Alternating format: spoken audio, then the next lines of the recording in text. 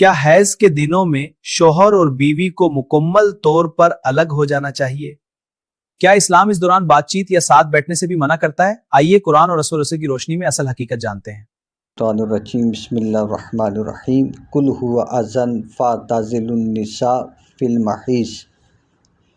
محبوب فرماؤ وہ کہ حیض ناپاکی ہی ہے تو عورتوں سے الگ رہو حیض کے دنوں میں۔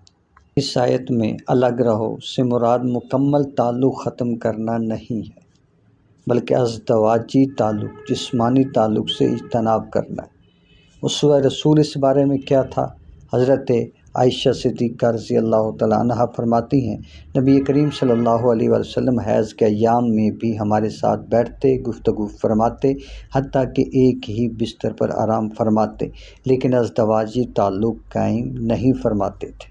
اس سے معلوم ہوا کہ کھانا ساتھ کھانا جائز، بات چیت جائز، محبت اور شفقت جائز، ایک ہی بستر پر لیٹنا بھی جائز، صرف جسمانی تعلق ممنوع ہے۔ یہ ہے اسلام کا متوازن اور باوقار نظام۔